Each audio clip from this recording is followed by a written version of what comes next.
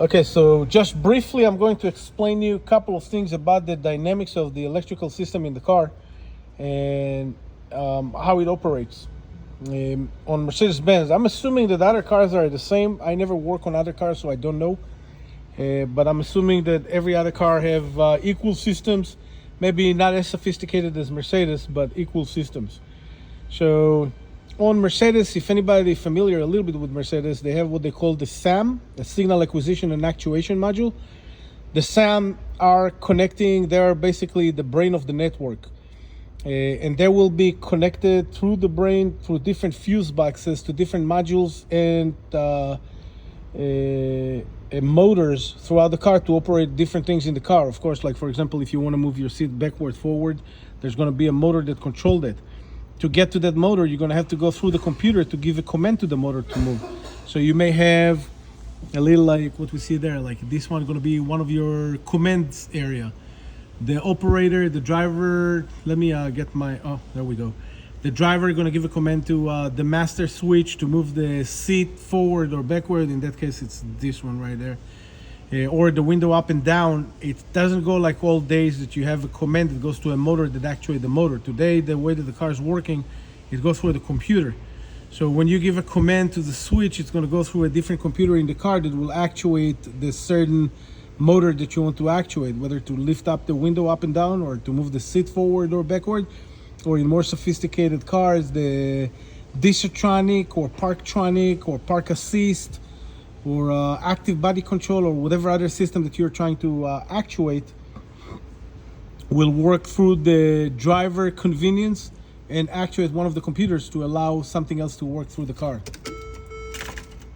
Thank you. That's Dan. Ola. Anyway, in that car, we got it to the shop, no start, a bunch of light on the dashboard, and we had to start working on that. We found out that the operator of the vehicle dropped a lot of Coke, coffee, water, all kind of different things on the electrical system. Not only that, we also found out that there was a little creatures eating wire harness. So we had to, hypothetically, if you go to a dealer, they're going to just suggest to replace the whole wire harness. We didn't want to charge the customer $20,000 replacing wire harnesses and moving everything out, or whatever it would have been for the sake of argument. We went and we found all the wire harnesses that had been chewed, like for example, this repair right here, you can see. We had to weld them back together. We had a few of them. We had to change CAN communication junctions. Your control area network took through these CAN communication junctions. We had to change several of them. Of course, we found out that there was also water coming from the trunk from somewhere in that area. We had to go and make sure, first of all, we seal all the water that's coming into the car before anything else, then change everything that was contaminated, like your fuel pump, control unit. We found out that the battery was shortening too. We had few wires that were overheated. We had a bunch of burn fuses. We had to change that fuse box over there. Signal acquisition module, make connections. And just to recap on this job, you know, if your car doesn't start and you went through the troubleshooting and it's still not fixing the car, save yourself the time, take it to a repair shop, to somebody that can actually fix it.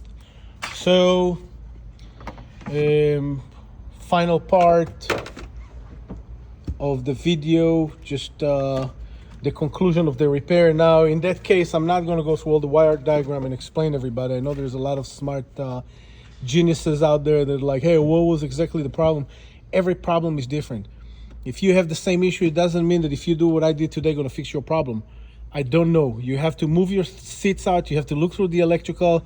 Now, again, this is not something that everybody's qualified to do. And if you don't understand how the electrical system works, and you don't have access to the diagrams, and you don't have access to the right computer to scan the cars, take it to a repair shop. So the conclusion of this video is, first of all, to show you the complications of how much work we have to put into the car to repair issues. And then, of course, to tell you that if you don't have the right qualification, take it to a repair shop. Peace. Bye.